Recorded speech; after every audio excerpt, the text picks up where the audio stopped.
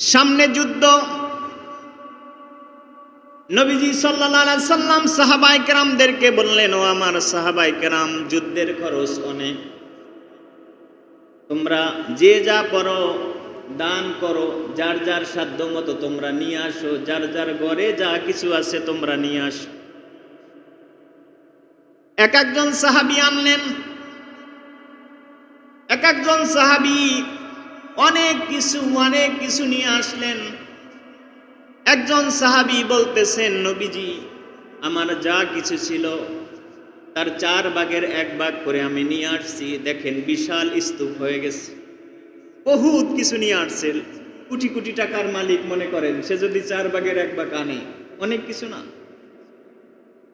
আর একজন সাহাবী বলতেছেন, নবীজি গো আমার যা সম্পদ ছিল 3 ভাগের 1 ভাগ করে আমি 1 ভাগ নিয়ে আসছি যুদ্ধের জন্য। এরকম হযরত ওসমান গনি রাদিয়াল্লাহু তাআলা আনহু সম্পদের বিশাল একটা অংশ নিয়ে আসছেন যুদ্ধের জন্য। হযরত ওমর রাদিয়াল্লাহু তাআলা আনহু নিয়ে আসছেন, সমস্ত সাহাবায়ে কেরাম আনছেন। নবীজির সামনে হাজির হলো। এক কোণায় দেখেন বসে আছে নবীজির বৃদ্ধ সাহাবী হযরতে আবু বকর রাদিয়াল্লাহু তাআলা আনহু। এক একজনকে জিজ্ঞাসা করতেছেন, নবীজি ও আমার সাহাবায়ে কেরাম তোমরা কে কি আনছো? এক একজন বলতেছেন, নবী আমি 3 ভাগ করে 1 ভাগ আনছি, এই যে দেখেন আনছি আমার মাল।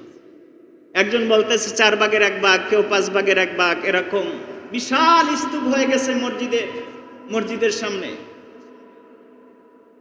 হযরতে আবু বকরের হাতে ছোট্ট একটা কাপড়ের পোটলা, তার মধ্যে গটি বাটি ঘরের যা কিছু ছিল।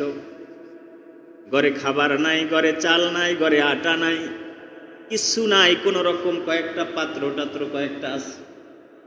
ওই কয়টা হযরতে আবু বকর একটা পোটলা বাইন্দা নবীজির সামনে নিয়ে আসছে। এক একজন বলতেছেন আমি 4 ভাগের 1 ভাগ, কেউ 5 ভাগের 1 ভাগ, কেউ বলতেছেন 3 ভাগের 1 ভাগ, কেউ বলতেছেন অর্ধেক। আবু বকর বলতেছেন, নবীজি ঘরে আর কিছুই নাই, যা ছিল সব নিয়ে আসছে। সুবহানাল্লাহ।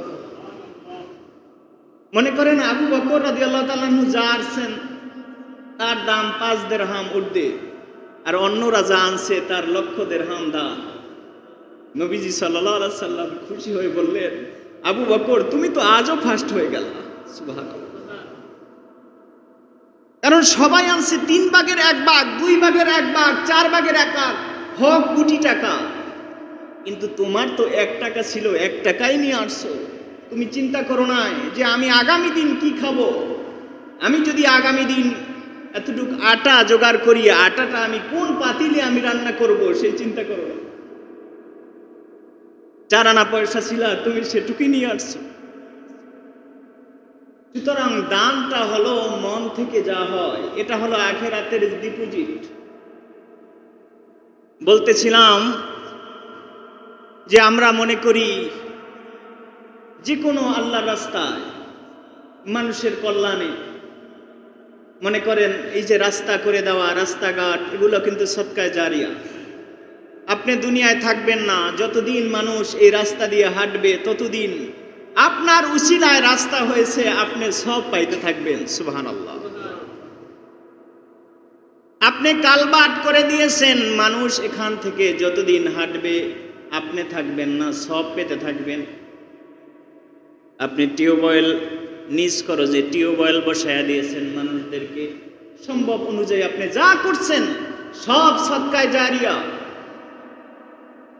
যতদিন মানুষ এই টিউবওয়েল থেকে পানি খাবে, প্রত্যেকটা পানির ফোঁটায় ফোঁটায় আপনার আমল নামায় নেকি জমা হবে। এখন আপনার নেকি করার বয়স নাই, কিন্তু এটা হলো আপনার ডিপোজিট, এটা হলো ডিপোজিট।